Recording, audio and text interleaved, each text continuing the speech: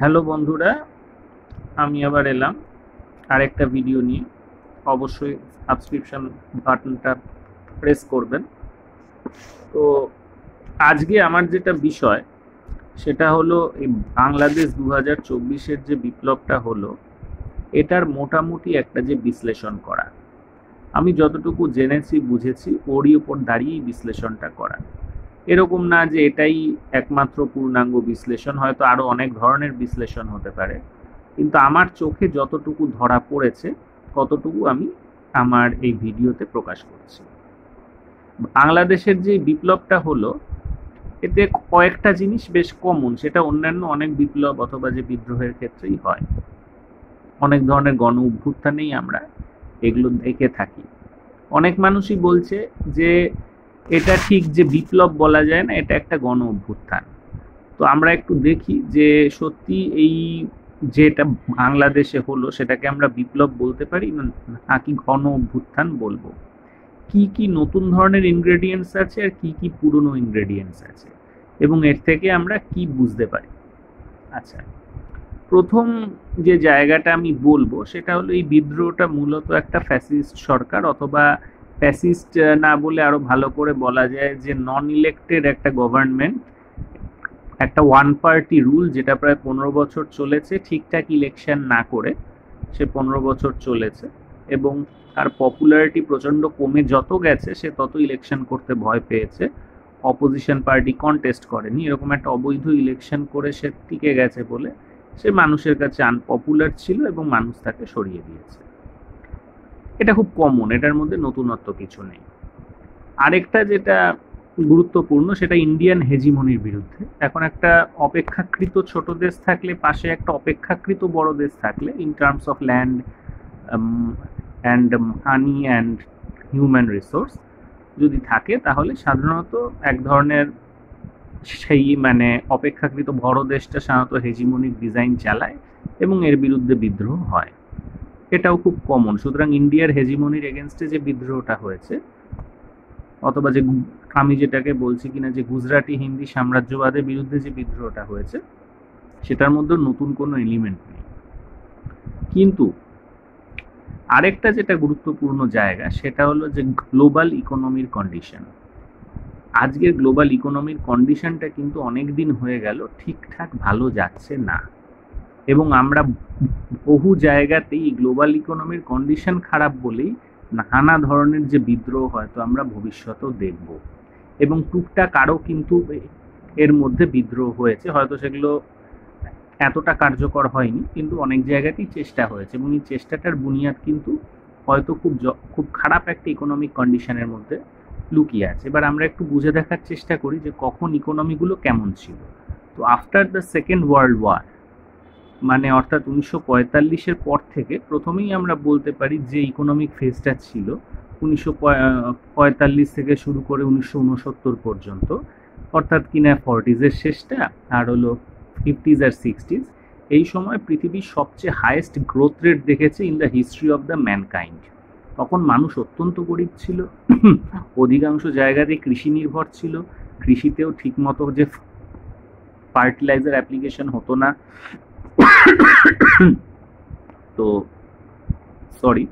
তো কৃষিতেও ঠিকমতো যে ফার্টিলাইজার অ্যাপ্লিকেশন হতো না, এবং সেখানে চাষবাসের যে ধরনও অত্যন্ত পুরনো ছিল, খরা বন্যা লাগাতার লেগে থাকতো। এরকম একটা কঠিন অবস্থা থেকে মানুষ তখন আস্তে আস্তে করে বেরিয়ে আসছে, একটু একটু করে মডার্নাইজেশন হচ্ছে, এবং তখন যে গতি, তখন যে গ্রোথ অসম্ভব বেশি ছিল।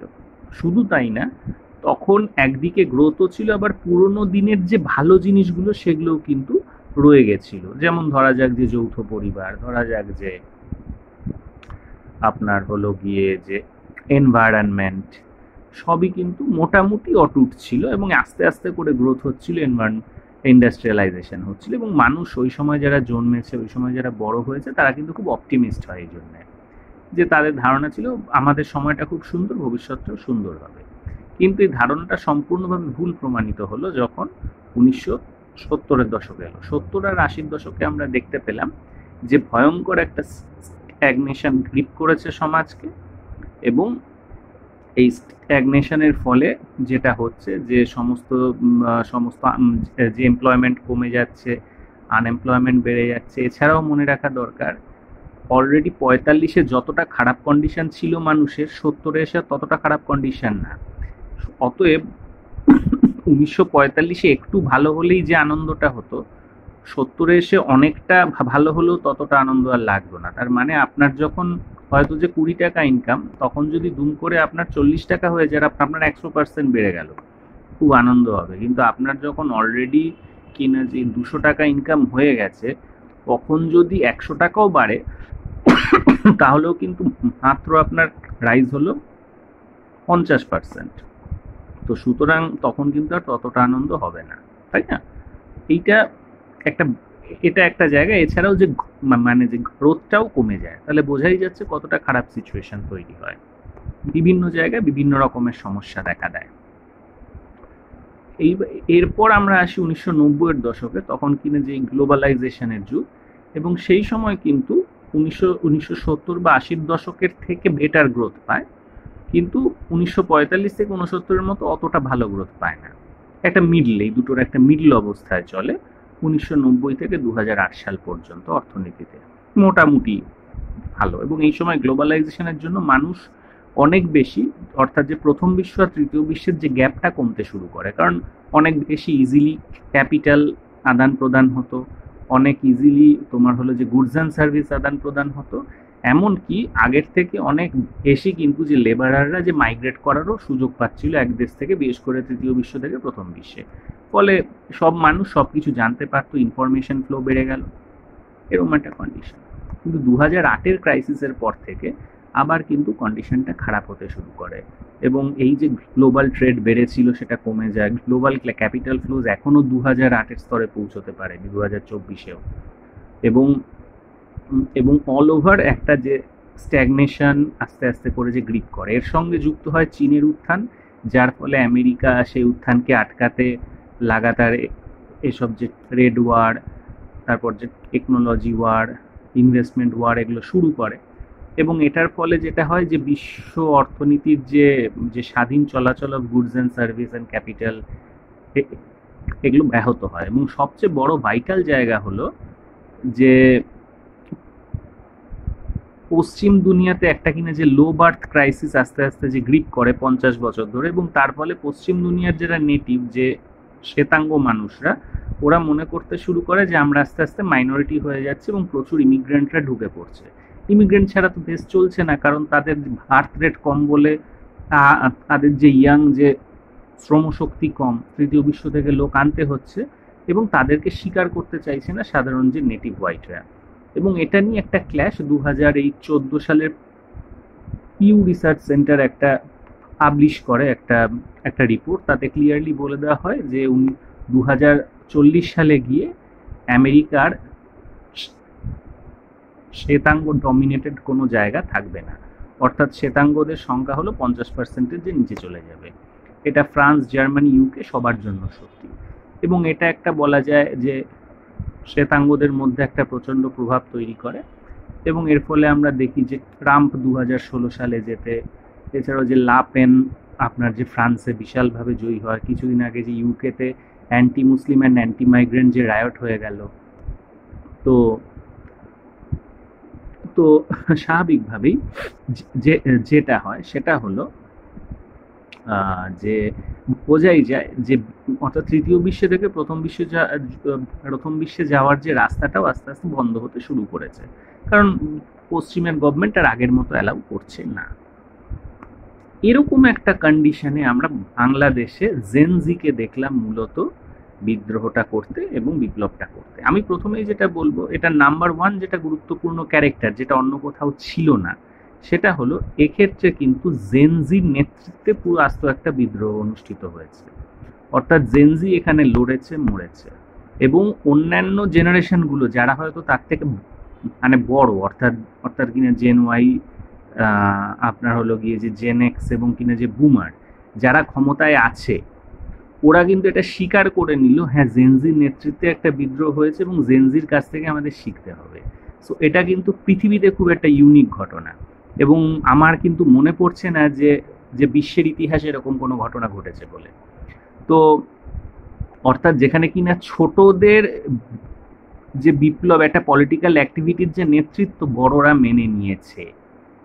এবং এটা মনে রাখা দরকার যে জেনজি এবং মিলেনিয়ালদের তরফ থেকে কিন্তু আমেরিকা এবং ওয়েস্টার্ন ওয়ার্ল্ডে প্রচণ্ড একটা গ্রাজ আছে যে বুমার এবং জেনেক্স তাদের ক্ষমতা সঠিক সময় ছাড়ছে না।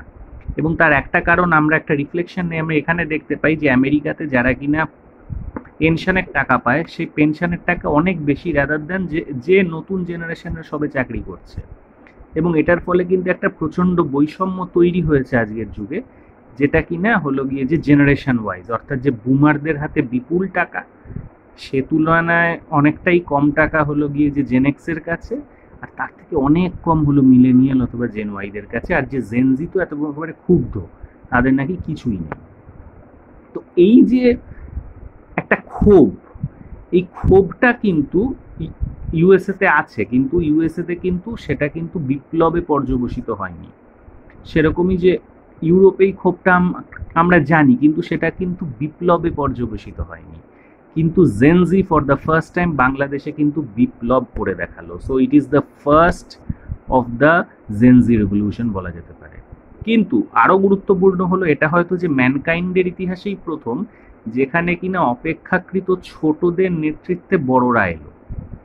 এবং আজকে যে বাংলাদেশের উপদেষ্টা সরকার রয়েছে, সেখানে যেভাবে উপদেষ্টা মণ্ডলীতেই নানাভাবে যে 3 জন ছাত্রকে ইন্টিগ্রেট করা হয়েছে এবং তার কথা মন দিয়ে শোনা হচ্ছে, তাতে এটা ক্লিয়ার যে তারা কিন্তু জানতে চাইছে, অর্থাৎ যেটা বড়দের জেনারেশন, বুমার, জেনেক্স এবং জেনওয়াইদের জেনারেশন, তারা ছোট অর্থাৎ জেনজির থেকে জানতে চাইছে যে তোমরা কি চাও বা তোমাদের কি বিষয়। এটা কিন্তু বিশ্বে কোথাও হয়নি এখনো পর্যন্ত, এই প্রথম হলো। এবং ম্যানকাইন্ডের ইতিহাসেও এটা কিন্তু প্রথম ঘটনা।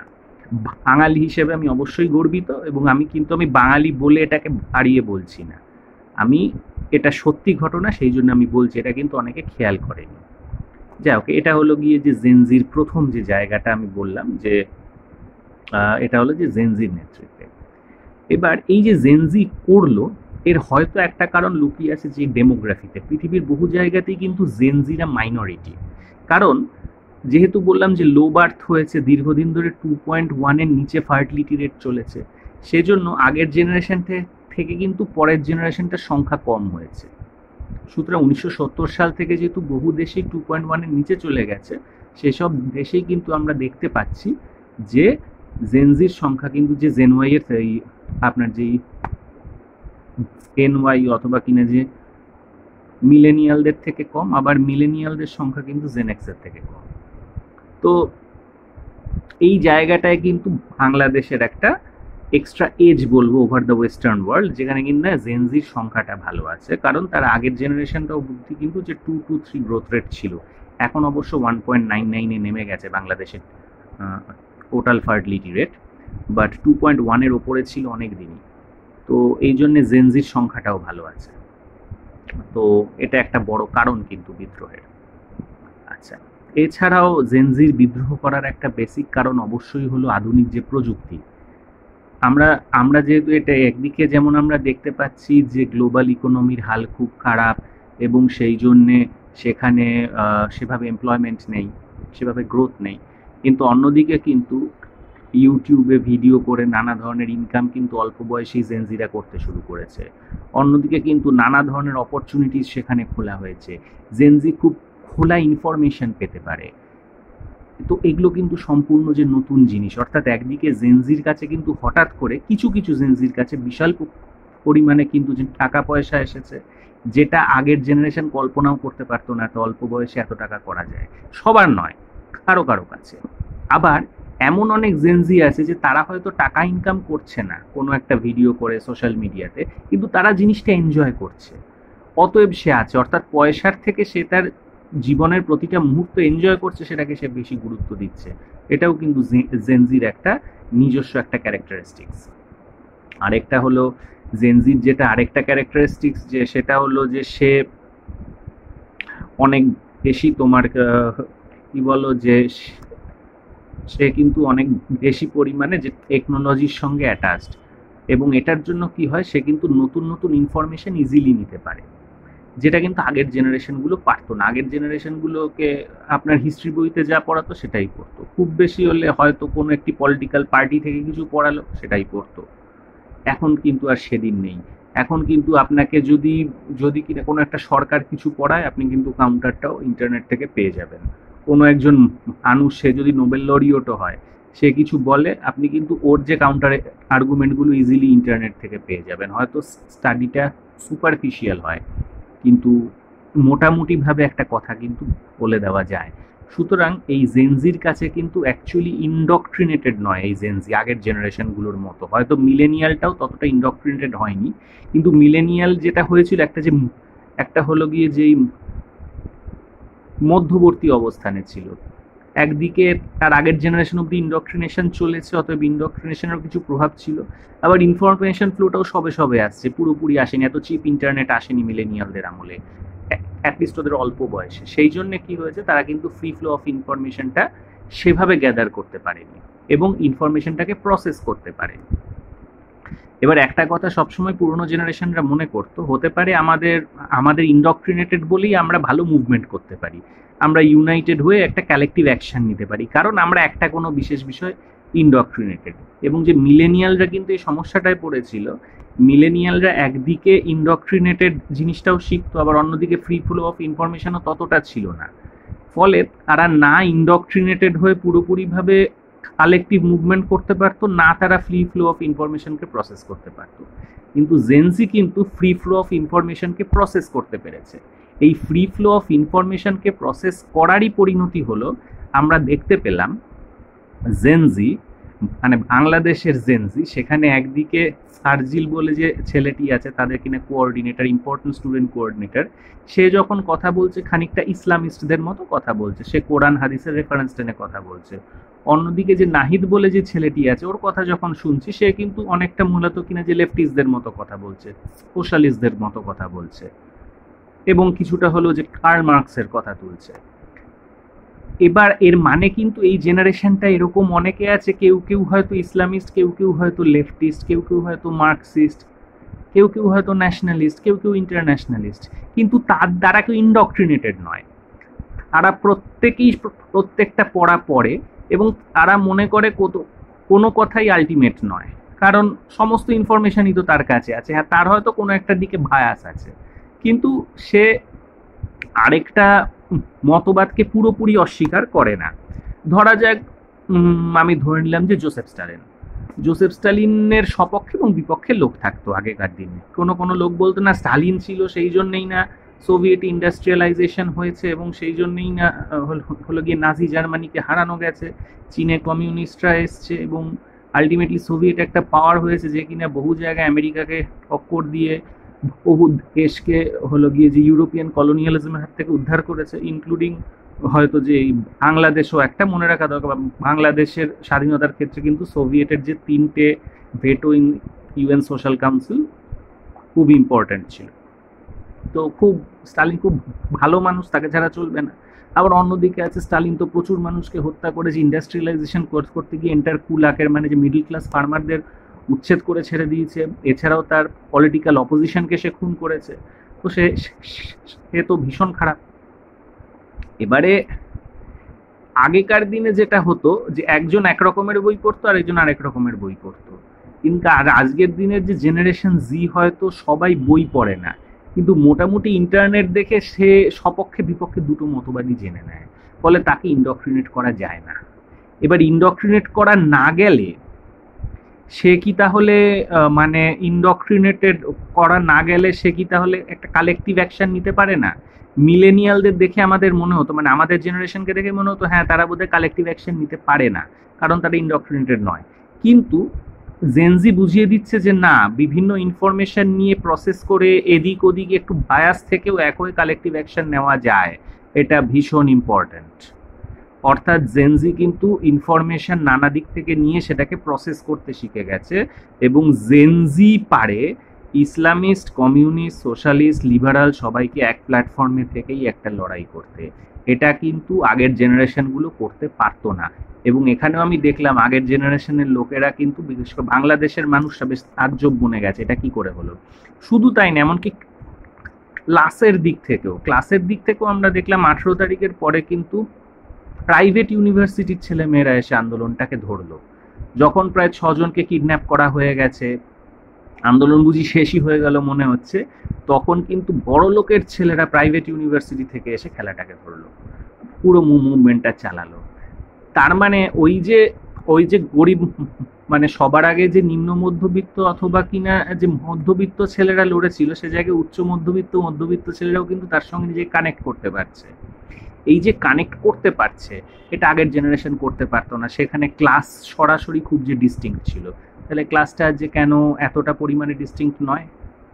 এগুলো খুব গুরুত্বপূর্ণ প্রশ্ন, যে প্রশ্নগুলো কিন্তু এই আন্দোলনটা মানুষের কাছে যে রেখে গেল। আগামী দিনে যখন মুভমেন্ট হবে, এগুলো কিন্তু বুঝে মানুষকে মুভমেন্ট করতে হবে। হ্যাঁ, হতেই পারে যে একটা পলিটিক্যাল পার্টির দীর্ঘদিনের শাসনের বিরোধিতা করা সবাইকে এক জায়গায় এনেছে, একটা ইন্ডিয়ান হেজিমনির এগেনস্টে বিরোধিতা করা সবাইকে এক জায়গায় এনেছে, কিন্তু সেটা কিন্তু অন্য জেনারেশনগুলো পারেনি। তাদের এক্সপিরিয়েন্স থাকা সত্ত্বেও 1990 দশকে কিন্তু এদের একটা অংশ লড়াই করেছে, কিন্তু তারা কিন্তু পারেনি। এটা কিন্তু জেনজি পারল। এবং বিশেষ উল্লেখযোগ্য যে মিলেনিয়াল, তার মানে যে জেন ওয়াইরা একদমই কিন্তু পারেনি কিছু করতে। সুতরাং এই যে ইনডক্ট্রিনেটেড মানুষের কালেকটিভ মুভমেন্ট, এবং সেই জায়গাটা থেকে ফ্রি ফ্লো অফ ইনফরমেশনের জন্য ইনডক্ট্রিনেশন ভেঙে যাওয়া, এবং সেই জায়গাটা থেকে ইনফরমেশনকে প্রসেস করা, এইটার কিন্তু এক ধরনের ইভলিউশন ঘটছে বলে মনে হচ্ছে। আচ্ছা, এখানে আরেকটা খুব সিরিয়াস জায়গা হলো যে মেয়েদের জায়গাটা, অর্থাৎ কিনা যে নারী, যাকে সবসময় শেখানো হচ্ছে ছোটবেলা থেকেই তাকে প্রিভিলেজ দিতে হবে, কারণ সে ঐতিহাসিকভাবে তার সঙ্গে অনেক ডিসক্রিমিনেশন হয়েছে, সে ঐতিহাসিকভাবে পিছিয়ে, সুতরাং সোশ্যাল জাস্টিসের জায়গা থেকে তাকে প্রিভিলেজ দিতে হবে। এটা কিন্তু এক্সিস্টিং নর্মস। সেই নর্মসের বিরুদ্ধে গিয়ে নারী নিজেই প্ল্যাকার্ড তুলছে, নারী যেখানে অগ্রসর, কোটা সেখানে হাস্যকর। তারা চেঁচিয়ে বলছে 50 বছরে অলরেডি নারীর কোটা ফলে নারী অনেক এগিয়ে গেছে, প্রধানমন্ত্রীও নারী, প্রধান অপোজিশনও নারী, স্পিকারও নারী, এরপরেও নারীর কোটার দরকার নেই। কারা বলছে? নারীরা বলছে। ছেলেরা তো বলতেই পারে, তাদের লাভ হতে পারে, কিন্তু নারীরা, জেনজির নারীরা নিজেরা বলছে। এটাও কিন্তু খুব একটা অদ্ভুত জিনিস আমি বলবো, কারণ বিশ্বের কোনো জায়গাতে আমি এটা দেখিনি। আমি বিশ্বের অনেক দেশই ঘুরেছি, আমি কিন্তু কোথাও দেখিনি যে মেয়েরা এইভাবে ভাবে। এইভাবে ভাবনাটা কেন আসছে? তাহলে কি জেনজির মেয়েরা আলাদা? জেনজির মেয়েদের মানে অর্থাৎ যে জেনজিকে যদি ক্ষমতা দেওয়া হয়, জেনজি যদি কোথাও জেনজিরা ক্ষমতা পায়, তাহলে কি জেনজির মেয়েরা সব জায়গাতেই এরকম বলবে যে না, আমরা অলরেডি অনেক এগিয়ে গেছি আর আমাদের প্রিভিলেজের দরকার নেই? এটা একটা গুরুত্বপূর্ণ প্রশ্ন, যে প্রশ্নটাও কিন্তু এর মাধ্যমে উঠেছে। এটা কিন্তু ন্যাচারাল নয়। ইউএনও থেকে শুরু করে ওয়েস্ট কোথাও এটা শিক্ষা দেওয়া হয় না যে না, মেয়েরা তো অলরেডি বিগত 70-50 বছর অনেকটা এগিয়ে গেছে, আর প্রিভিলেজের দরকার নেই। এখানে কি ইসলামিক যে তার সোসাইটি কোনো রোল প্লে করেছে? এখানে কি মানে বাংলাদেশের নিজস্ব কোনো একটা চরিত্র রোল প্লে করেছে? নাকি আসলে জেনজির ক্যারেক্টার এটা, এখানে সে কথা বলেছে বলে কথাটা বেরিয়ে এসছে? এটা খুব গুরুত্বপূর্ণ প্রশ্ন, যে এটা কিন্তু আস্তে আস্তে করে আমাদেরকে এগুলো কিন্তু সলভ করতে হবে। এগুলো কিন্তু আনসলভ জিনিস, কেউ এগুলো খেয়াল করছে না, সবাই ভুলে যাচ্ছে কথার মধ্য দিয়ে। কিন্তু তার যে জায়গাগুলো অত্যন্ত গুরুত্বপূর্ণ, যে গুরুত্বপূর্ণ বিষয়গুলো কিন্তু এখনো পর্যন্ত সেভাবে উঠে আসছে না। মনে রাখা দরকার, চিলিতে একটা স্টুডেন্ট আন্দোলন হয়েছিল, দুটো, যদিও স্টুডেন্ট আন্দোলনটা সরাসরি সাকসেস পায়নি, কিন্তু স্টুডেন্ট আন্দোলনের ফলেই একটি পলিটিক্যাল পার্টি তৈরি হয় মোটামুটি। মানে যে আর কি তোমার যে ভোকিস্ট মার্কা কথাবার্তা বলে, সে কিন্তু সোশ্যাল জাস্টিসের কথা বলে, এবং যে নারী থেকে শুরু করে নানা ধরনের রেসের এক্সট্রা প্রিভিলেজের কথা বলে। এটা কিন্তু সম্পূর্ণ উল্টো মুভমেন্ট হলো। এ কিন্তু যে মেরিটের কথা বললো, এ কিন্তু যে মেরিটের জন্য কোনো একটা ভোট ব্যাংককে ইন দ্য নেম অফ হলো যে সোশ্যাল জাস্টিস, কোনো একটা ভোট ব্যাংকে কিন্তু এক্সট্রা প্রিভিলেজ দিতে না করলো বাংলাদেশ। এটা কিন্তু চিলির মুভমেন্টের উল্টো হলো। আমি সেই জন্যই এটাকে আলাদা বলছি। চিলিতেও একটা স্টুডেন্ট মুভমেন্ট 12 সালে হয়েছিল, 11 বা 12 সালে হয়েছিল, অনেকটা এরকমই। তো সেখানেও কিন্তু এটা খুব গুরুত্বপূর্ণ। আচ্ছা, এছাড়া যে গণতন্ত্রের মুভমেন্ট সেটা তো আমার মনে আরব স্প্রিংয়ে হয়েছে, এছাড়াও বহু হয়েছে। সাকসেস পেলো কি না পেলো সে পরের কথা, কিন্তু হয়েছে, এটা আমি আলাদা করে আর ধরছি না। কিন্তু স্টুডেন্ট মুভমেন্ট তখনও হয়েছে, কিন্তু সেটা কিন্তু মানে এরকম ছিল না যে মেরিট অ্যাবাভ অল এবং in the name of anything including gender কোনো তুমি কিন্তু ইয়ে করতে পারো না, তুমি কিন্তু যে মেরিটকে অগ্রাহ্য করতে পারো না। আমরা যদি যে ওয়েস্টকে দেখি, আমরা কিন্তু উল্টো ট্রেন্ড দেখেছি যে মেরিটকে অগ্রাহ্য করে আস্তে আস্তে যে প্লুরালিটিকে জায়গা দিতে, যেহেতু সেখানে শ্বেতাঙ্গদের সংখ্যা কমছে এবং অশ্বেতাঙ্গ ইমিগ্রেন্টদের সংখ্যা বাড়ছে, তাদের জায়গা দিতে সেখানে কিন্তু সোশ্যাল জাস্টিসের কথা বলে এক্সট্রা প্রিভিলেজ দানের কথা বলা হয়েছে, ইনক্লুডিং নারী, এলজিবিটি অ্যান্ড এভরিথিং। কিন্তু এখানে কিন্তু উল্টো, এখানে কিন্তু সোশ্যাল জাস্টিসের কথা বলা হচ্ছে না, এখানে কিন্তু উল্টো বলা হচ্ছে যে মেরিট অ্যাবাভ অল। তো এটা একদম নিজস্বতা। এর কিন্তু একটা কারণ হতে পারে, যেখানে ওয়েস্টে হয়তো যেটা সবচেয়ে তোমার কিনা যে মানে যেটা কিনা সবচেয়ে strong ethnicity in terms of পপুলেশনে যেটা সবচেয়ে বেশি, পশ্চিমে কিন্তু ওর সংখ্যাটা কমছে। অন্যদিকে বাংলাদেশে কিন্তু বিগত 50 বছর বাঙালি মুসলমানদের সংখ্যা বেড়েছে, মানে যে কিনা সবচেয়ে বেশি পপুলেশনের, তার পপুলেশন শেয়ারটা আরও বৃদ্ধি পেয়েছে। সুতরাং আমরা বলতে পারি ওয়েস্ট কিন্তু হেটারোজেনাস হয়েছে আর বাংলাদেশ কিন্তু হোমোজিনাস হয়েছে। সেই জন্য এবার একটা হেটারোজেনাস সোসাইটিতে অনেক বেশি যে ভোট ব্যাংক কেন্দ্রিক যে যে রিসোর্স অ্যালোকেশনের প্রবণতা থাকে, কিন্তু তোমার হলো গিয়ে যে যে বাংলাদেশ যেহেতু হোমোজিনাইজড হয়েছে, সেই জন্য সেখানে হয়তো আলাদা ভোট ব্যাংক খুঁজে বের করা অত্যন্ত কঠিন হয়ে দাঁড়িয়েছে, এবং সেই জন্য সেখানে আলাদা ভোট ব্যাংক বেসিসে ইয়ে করা, অর্থাৎ যে জব অ্যালোকেশন হোক বা এনিথিং অ্যালোকেশন হোক, সেটা করা কিন্তু কঠিন হচ্ছে। তো সেটা খানিকটা হোমোজিনাস সোসাইটি একটা নিজস্ব টেন্ডেন্সিও বলা যেতে পারে। এবং হোমোজিনাস সোসাইটি যে সেই পুরনো যে পেমেন্ট অ্যাকর্ডিং টু এবিলিটিকে অনেক বেশি আপহোল্ড করতে পারে, সেটাও কিন্তু এর মাধ্যমে প্রমাণিত হয়। তবে এটা আমি বলবো না যে নতুন কিছু, এটা অপেক্ষাকৃত, এটা কিন্তু একটা জানা বিষয় ছিল, যেটা পুরনো দিনে হয়েছিল, অর্থাৎ আগেকার দিনে যেটা কিনা ওয়েস্টে হতো, সোভিয়েত ইউনিয়ন, চায়নাতে হয়েছে। এবং এটা এবং সে সময় যেহেতু সমাজটা হোমোজিনাইজ ছিল ওইসব সমাজগুলো, সেই জন্য ওখানে পেমেন্ট অ্যাকর্ডিং টু এবিলিটি দৃঢ়ভাবে প্রতিষ্ঠিত হতে পেরেছিল। আজকে বাংলাদেশ হোমোজিনাইজ, সেই জন্য এখানে সেটা প্রতিষ্ঠিত হতে পারছে, এবং একটা হোমোজিনাইজ সোসাইটি যে পেমেন্ট অ্যাকর্ডিং টু এবিলিটিকে প্রচণ্ডভাবে আপহোল্ড করতে পারে, সেটাও এই মুভমেন্টটার মধ্য দিয়ে কিন্তু ক্লিয়ারলি প্রমাণিত হয়। আচ্ছা, এবারে আমরা মোটামুটি তাহলে যে জেনজির যে বিষয়গুলোকে আমরা মোটামুটি এক্ষেত্রে বললাম। এবার আমি কয়েকটা জায়গা আরও আলাদা করে যে ট্রেস করব, সেটা হলো যে আমি দেখলাম যে একজন স্টুডেন্ট কোঅর্ডিনেটর, মাহফুজ আলম বোধহয় ওর নাম, ওকে মানে প্রধান উপদেষ্টা সহকারী করা হয়েছে। তো ওর কিছু কথাবার্তা শুনলাম, সে কথাবার্তা শুনেও মনে হলো যে বাংলাদেশের যে নিজস্ব কতগুলো ক্রাইসিস, নিজস্ব কতগুলো আনসলভড কোয়েশ্চেন, সেগুলোও কিন্তু এখানে গুরুত্বপূর্ণ রোল প্লে করেছে। তার মধ্যে একটা হলো, অ্যাকর্ডিং টু মাহফুজ, যে ইসলামোফোবিক বাঙালি জাতীয়তাবাদ ভার্সেস ইসলামোফোবিক নয় বাংলাদেশি জাতীয়তাবাদ, এর একটা যে লড়াই চলেছে। এবং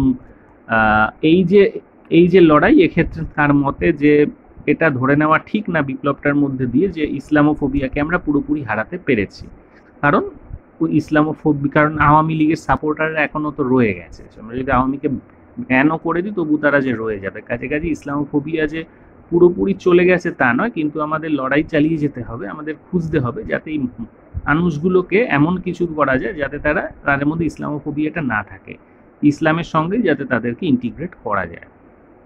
আমি যতদূর বুঝলাম তার কথা।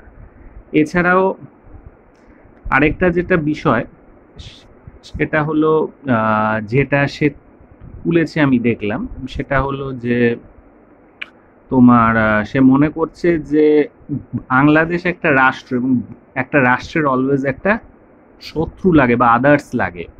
মানে সেই হলো এই যে আকার যেটা কথা, অন্যের মানুষের মধ্যে একজন নিজেকে দেখতে পায়। একটা মানুষ যেমন নিজেকে আয়নায় দেখতে পায়, সেরকম একটা মানুষ নিজেকে আলাদা হিসেবে তখনই বুঝতে পারে যখন সে অন্য একটা মানুষকে দেখে, ওর মধ্যে নিজেকে দেখতে পায় আসলে। তো এটাই হলো কথা, আদার্স না থাকলে, শত্রু না থাকলে একটা একটা দেশ আসলে ডিফাইন্ড হয় না। অর্থাৎ এবং সে এটাও বলেছে যে অ্যাকচুয়ালি বন্ধু রাষ্ট্র বলে কিছু হয় না। তো তার কথাটা সরাসরিভাবেই ইন্ডিয়ার দিকে। তো এক্ষেত্রে বলা যেতে পারে এটা একটা জিওপলিটিক্যাল আমি বলবো এটা একটা জিওপলিটিক্যাল মার্চ আমি বলবো, যে সে মনে করছে যে ইন্ডিয়ার সঙ্গে একটা সংঘাত বোধহয় অনিবার্য। কারণ সে বলছে যে বেঙ্গল একটা সিভিলাইজেশন এবং সেই সিভিলাইজেশনেই আমাদের একটা ক্লেইম আছে। তার মানে বেঙ্গল সিভিলাইজেশন বলতে বলা যেতে পারে পুরনো যে বাংলার কথা আমরা বলি, ইনফ্যাক্ট দ্বারভাঙা জেলা যেটা বিহারের, সে দ্বারভাঙার অ্যাকচুয়াল যে নাম কিন্তু হলো গিয়ে যে দ্বারবঙ্গ, অর্থাৎ যে ডোর অফ বেঙ্গল। সুতরাং বলাই যেতে পারে যে সে বলতে চাইছে পুরনো যে বাংলাটা ছিল, যেখানে বিহারের অংশ, ঝাড়খণ্ডের অংশ, ওয়েস্ট বেঙ্গল নিয়ে যে ছিল, এবং হয়তো এখন আগে যে উত্তর পূর্বাঞ্চল মূলত যে জঙ্গলে ভরা ছিল, এখন জঙ্গল কেটে কেটে সেখানে মানুষ এসছে, পুরো অঞ্চলটাইতেই একটা জিওপলিটিক্যাল ক্ল্যাশের হয়তো জায়গা আছে, সেটাই সে ইন্ডিকেট করেছে। এবং সে বলেছে যদি তুমি আউটওয়ার্ডমুখী না হও তাহলে তোমার যে স্পাই এজেন্সি ডিওয়াইএফআই সেই আপনাকে গুলি করবে। তার মানে তোমাকে আউটওয়ার্ডমুখী হতে হবে যদি তোমাকে বাঁচতে হয়। সো এটা আমার মনে হয় বাঙালি মুসলমানদের যে স্টেজ আমরা যদি দেখি, আমি বাঙালি মুসলমানদের ইতিহাস নিয়ে কিভাবে তার গড়ে ওঠা সেটা নিয়ে আমি আলাদা একটা এপিসোড করব। আমি বিশ্বাস করছি এখন থেকে যে বাঙালি মুসলমান খুব শক্তিশালী একটা এন্টিটি হিসেবে বিশ্বে আত্মপ্রকাশ করতে চলেছে। তো এখানে আমি ছোট করে বলে দিই যে আমরা যদি 1947 থেকে ধরি, তাহলে বাঙালি মুসলমান যে ট্যাক্টফুলি আস্তে আস্তে কিন্তু জিতছে। সে 1947-এ তাদের এই বাংলাদেশ বলে যে অঞ্চলে যারা মূলত খুব পুরনো দিনের যে জমিদার অংশটা ছিল, অর্থাৎ কিনা বাঙালি আপার কাস্ট, তাদেরকে উচ্ছেদ করেছে। এবং উচ্ছেদ করার সময় তারা কিন্তু বাঙালি যে লোয়ার কাস্ট, যাদের কিনা নেতা ছিল যোগেন মণ্ডল, ওদের সাথে অ্যালায়েন্স করে বাঙালি আপার কাস্টদের উচ্ছেদ করেছে। এরপর আমরা দেখি যে উর্দুভাষীদের সঙ্গে অ্যালায়েন্স করে লোয়ার কাস্টের যে বীজদার তারা ভেঙেছে। তারপর আমরা দেখি ইন্ডিয়া সঙ্গে অ্যালায়েন্স করে তারা কিন্তু উর্দুভাষীদের আউট করেছে এবং তারা একটা স্বাধীন রাষ্ট্র নিজেদের যে নিয়ে ফেলেছে। এবার কিন্তু তাদের পরের লক্ষ্যটা হওয়া উচিত এই ডিনামিক্সটা হলে যে কোনো রাষ্ট্রের মোস্ট লাইকলি চায়নার হেল্প নিয়ে ইন্ডিয়াকে নর্থ ইস্ট, ওয়েস্ট বেঙ্গল এবং বিহার, ঝাড়খণ্ডের বা উড়িষ্যার অংশ থেকে আউট করার প্রচেষ্টা করা।